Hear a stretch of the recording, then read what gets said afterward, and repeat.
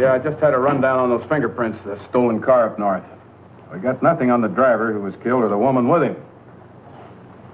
Take a good look at these. There's something funny about these. Yeah. And the boys in the lab can't figure it out either. Those are the killers. They were found on the steering wheel. Looked like they'd been stamped in with a steel die. They sure do. These are Butcher Benton's. What? Well, they look the same to me. How do the lab boys explain that? They don't. Their best guess is a twin brother. An identical twin could have the same pattern of whorls with only slight variations. Ever hear of the butcher having a twin brother? No. Even if he did, it wouldn't explain these freak prints. You didn't pick up your message, Lieutenant. Some wacky dame calls you. And she says Charles Benton is alive, and bullets won't stop him. If we buy the twin theory... Who was she? Where'd she see him? Well, she wouldn't leave her name. Sounded kind of hysterical to me. Said she was a friend of the butcher's. Eva Martin. Get over to Follies and see what that girl knows. Yeah. Meanwhile, the butcher headed for Squeamy's hotel. He didn't seem to be in any particular hurry. Actually, he seemed like any normal person, on his way to work or on his way home.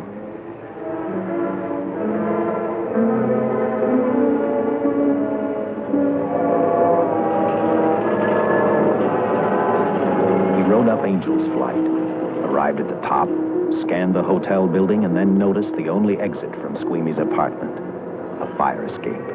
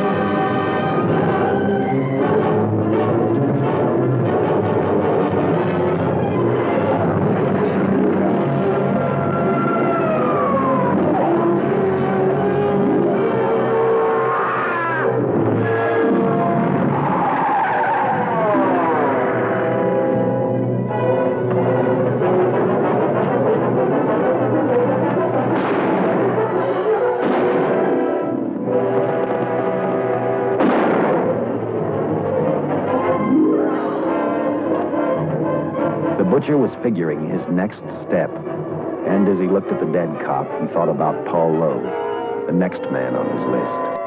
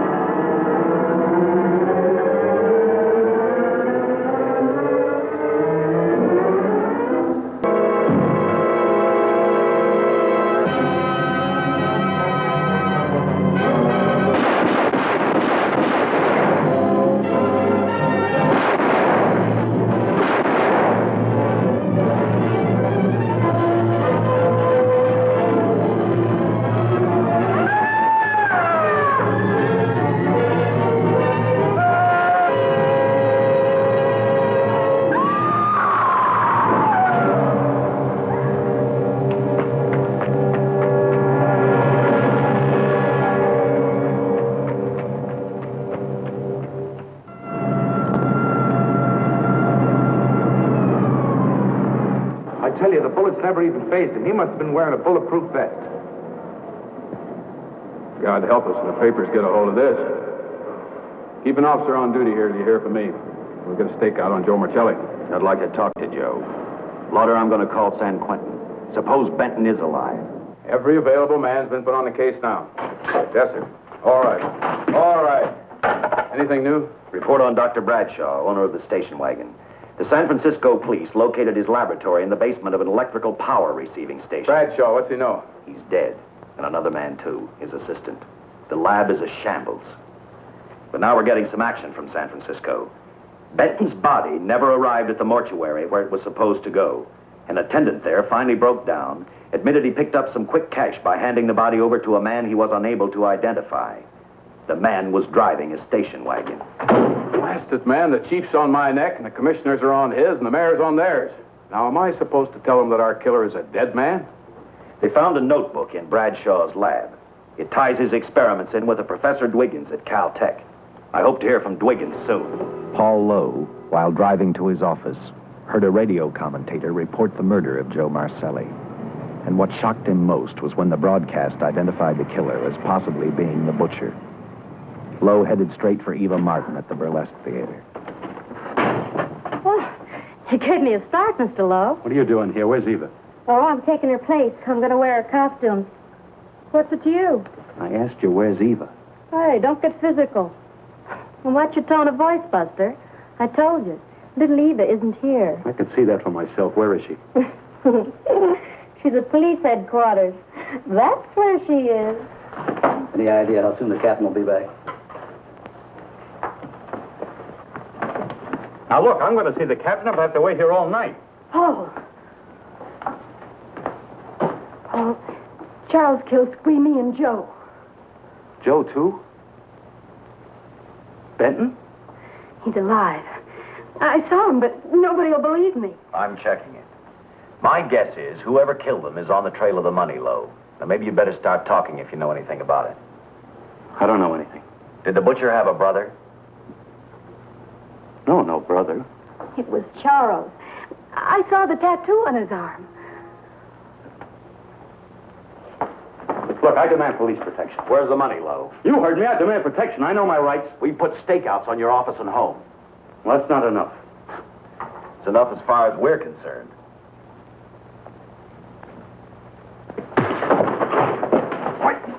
Are you going to book me, Sergeant? Dan, throw away the key.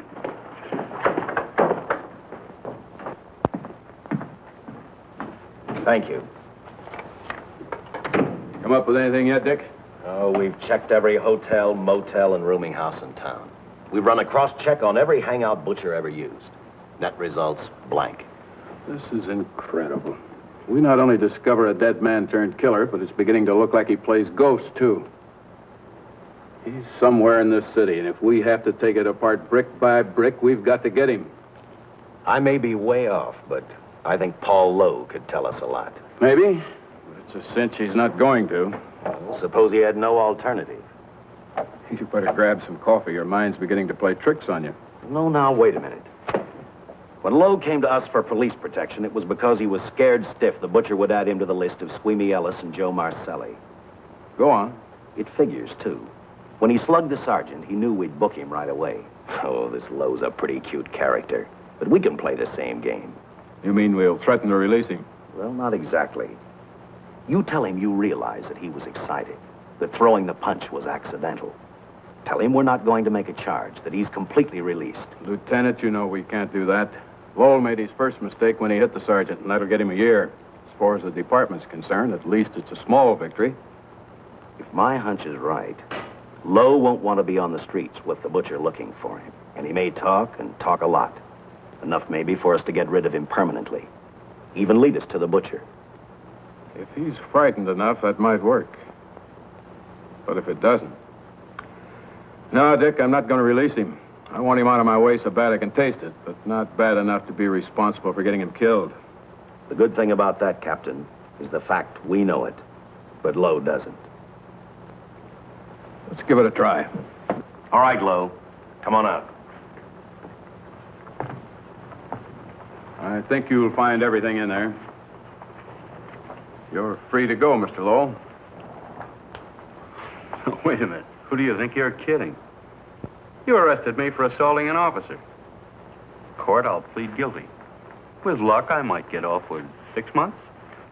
For a lawyer, you're forgetting a very important point. If no charge is made, there's no trial. It was a tough day for everyone. We figured your nerves were on edge, and when you threw the punch, you didn't know what you were doing. I've squared everything with the sergeant. It's all over, all forgotten. Yeah? Why'd you bring a stenographer? Simply because I wanted a record of our conversation at the time of your release. Okay, Lowell, let's go. Oh, wait a minute. Once out on those streets and I'm a dead man. You let me go, you'll be responsible for murder. Oh, come off it, Lowe. You're imagining things. You know the butcher threatened to kill me. You set me free, he'll do it. Well, that's just a risk we'll have to take. But the way I look at it, Mr. Lowell, you'll be okay. Look, Captain, I'll make a deal with you. You keep me here, and I'll tell you how to recover the money. Maybe even catch the butcher. No deals, Lowell. You'd probably tell us anything just to stall for time. Come on, let's get out of here. Now, wait a minute. All right. I'll tell you the truth. Start taking this down. I, Paul Lowe, hired Butcher Benton, Squeamy Ellis, and Joe Maselli to pull off the armored car holdup. And then Lowe continued with his confession. He told us about finding the map.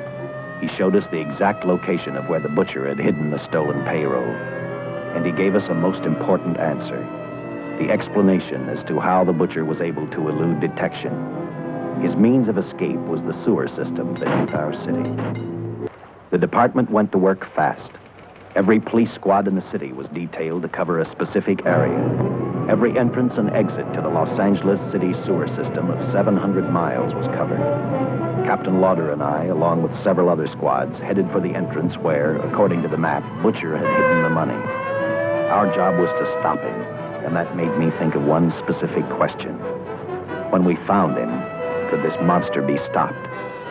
I, for one, wasn't sure.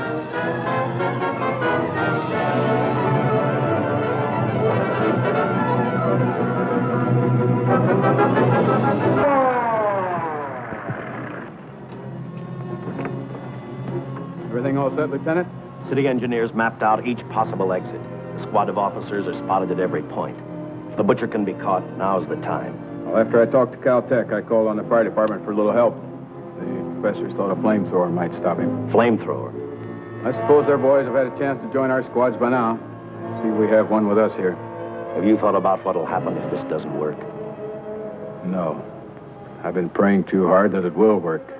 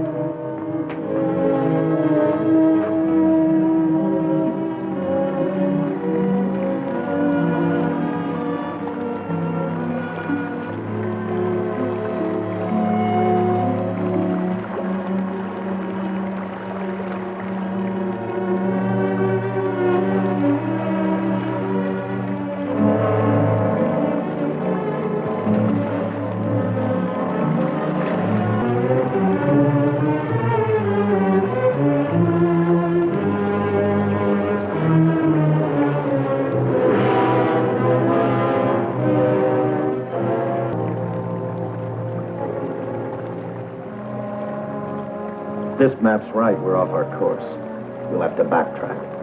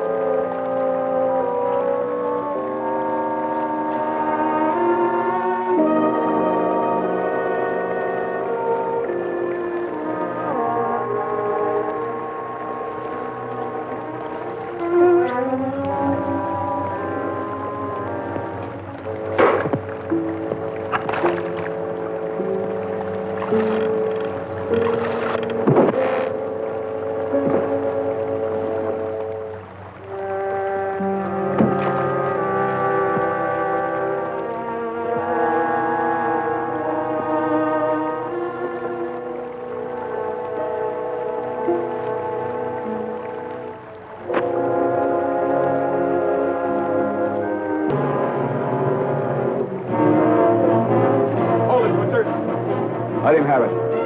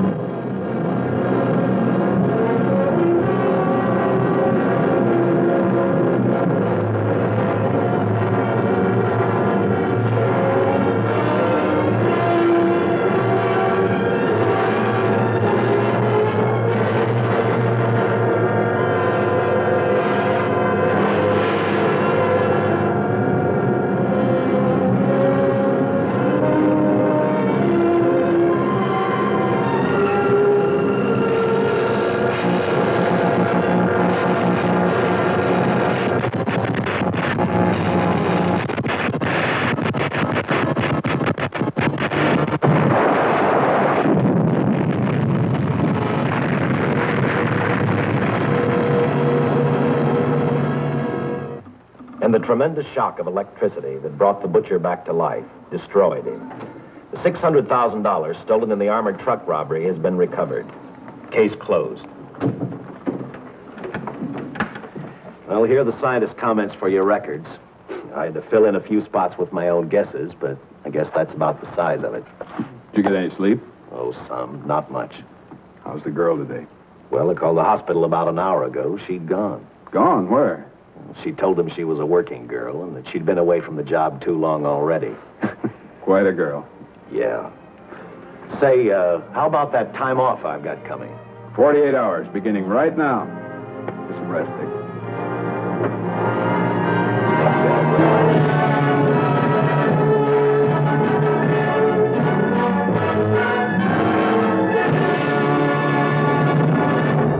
And there you have it, The Indestructible Man, starring a man who is not quite indestructible, Lon Chaney Jr. feature, the weekly web program. By the way, of Mice and Men, that was 1939 on Broadway. That was 2 years before he got all hairy and bothered by being the Wolfman. But actually, I enjoyed his roles. And particularly, I really appreciated later on when he did Spider Baby. Anyway, thank you for being with us. I hope it wasn't too painful. You learned a little bit about one of Hollywood's big monster stars. And until next time, I'm Count Gore Duval, and may all your blood be very, very warm. Right, Henrietta? You like warm blood, don't you? Don, like to put my... No. You look hungry.